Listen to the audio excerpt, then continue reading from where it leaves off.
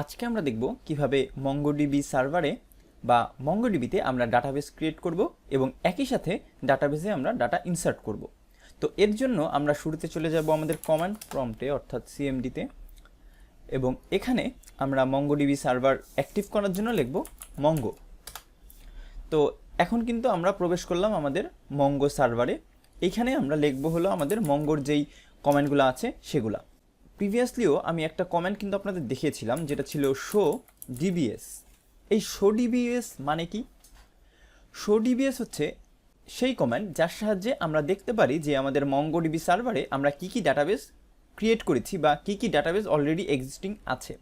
তো এখন যদি ক্লিক করি, দেখেন তিনটা ডাটাবেস কিন্তু শো করছে। এখন এইগুলো হলো মঙ্গোডিবির ডিফল্ট কিছু ডাটাবেস ক্রিয়েট করা, যেগুলো আমরা কখনোই হাত দিব না। তো আমরা যদি চাই এখন আমাদের নিজের একটা মঙ্গোডিবি ডাটাবেস ক্রিয়েট করতে, তখন আমাদের সিম্পল একটা কমেন্ট লেখা লাগবে, সেটা হচ্ছে ইউজ, এবং এরপরে আমরা স্পেস দিয়ে লিখব যেই ডাটাবেসটা ক্রিয়েট করতে চাই সেটা, এবং এইখানে এই নামটা হচ্ছে টেস্ট। তো দেখেন সুইচ টু ডিবি টেস্ট। তো এখন যদি আবার আমরা প্রিভিয়াস কমেন্টে লিখি শো ডিবিএস, তাহলে কিন্তু আমার টেস্টটা দেখাচ্ছে না। তার মানে কি ডাটাবেস ক্রিয়েট হয় নাই? তা কিন্তু না, ডাটাবেস ঠিকই ক্রিয়েট হয়েছে, বাট এইখানে শো করে সেই ডাটাবেসগুলা যেগুলোর ভেতরে আমাদের ডাটা আছে। যেহেতু আমার টেস্ট ডাটাবেসে এখনও কোনো ডাটা নাই, তার জন্য আসলে এটা শো করছে না। তো আমরা কি করব, এখন টেস্ট ডাটাবেসে প্রবেশ করব। এর জন্য আমরা এখানে লিখব ডিবি। এটা লিখে এন্টার দেওয়ার সাথে সাথেই দেখেন আমাকে একটা লাইন প্রোভাইড করলো, যেটা হচ্ছে আমাদের ডাটাবেসটার নাম টেস্ট, অর্থাৎ আমি কিন্তু এখন টেস্টের ভেতরে প্রবেশ করেছি। তো এই তো গেল আমাদের ডাটাবেস ক্রিয়েট করা এবং তার ভেতরে প্রবেশ করা।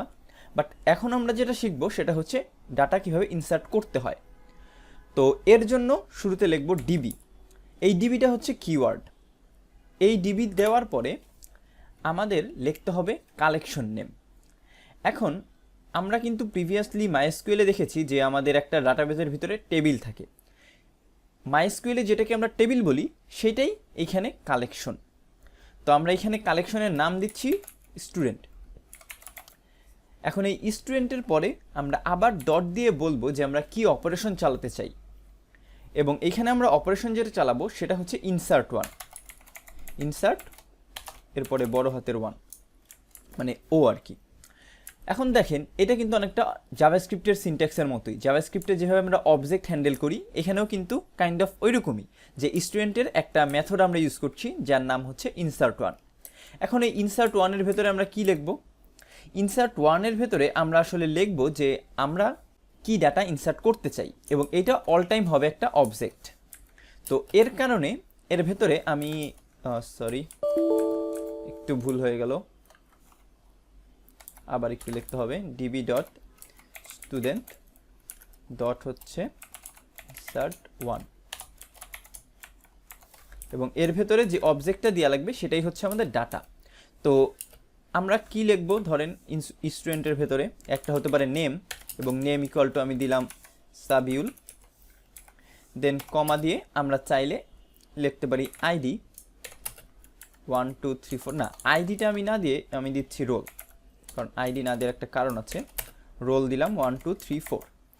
এটা দেওয়ার পরে যে আমি এন্টার দিব, দেখেন একটা ইরর দিয়েছে। কারণ কি? কারণ হলো আমার ইনসার্ট ওয়ান স্পেলিংটা ভুল হয়েছে। তো আমি এখানে যে আবার ঠিক করে ফেলি, ইনসার্ট ওয়ান, এবং এখন যদি এন্টার দিই, দেখেন একটা অ্যাকনলেজমেন্ট দিয়েছে, এবং অ্যাকনলেজমেন্টটা ট্রু। এই ট্রু মানেই হলো প্রপারলি আমি ডাটাটা ইনসার্ট করতে পেরেছি।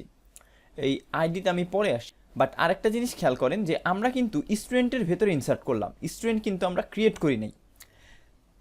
এই স্টুডেন্টটা ক্রিয়েট না করার পরেও আমরা ইনসার্ট করতে পারলাম, কারণ আমাদের মঙ্গোডিবি এইভাবে কাজ করে যে ডাটাবেসটা কালেকশনটা যেহেতু নাই, ও কালেকশনটা ক্রিয়েট করে নিয়ে তারপরে ওর ভেতরে ডাটাটা ইনসার্ট করলো। আমাদের আলাদা করে ক্রিয়েট করা লাগবে না কোনো কালেকশন।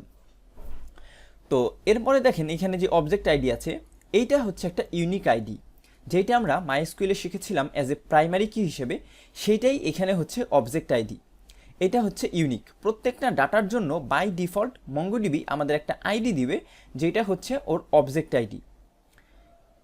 তো এই আইডির সাহায্যেই কিন্তু আমরা একটা ডাটাকে খুব সহজে চিনতে পারি এবং এইটা ইউজ করে আমরা ডাটা খুঁজতেও পারবো, যেটা আমরা পরবর্তীতে দেখব।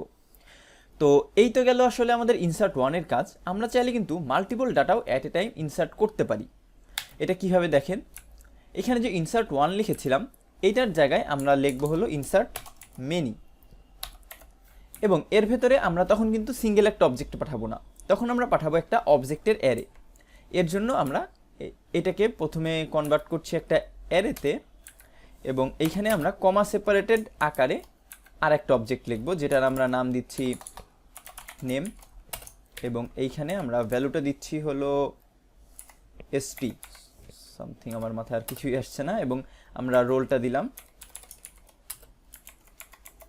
5।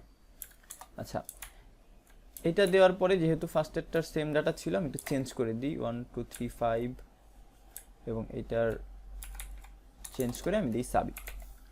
এবং এইটা দেওয়ার পরে যদি আমি আবার এখন এন্টার দিই, দেখেন অ্যাকনোলেজমেন্টটা ট্রু আসছে এবং দুইটা অবজেক্ট আইডি দিচ্ছে, কারণ হচ্ছে কি আমরা দুইটা ভ্যালু ইনসার্ট করেছি, দুইটার জন্য দুইটা ইউনিক আইডি। তো আশা করি বুঝতে পেরেছেন যে আমরা কিভাবে ডাটাবেজে ডাটা এন্ট্রি করতে পারি, অর্থাৎ কালেকশনে ডাটা এন্ট্রি করতে পারি। আজকের ভিডিও এ পর্যন্তই, সবাইকে ধন্যবাদ।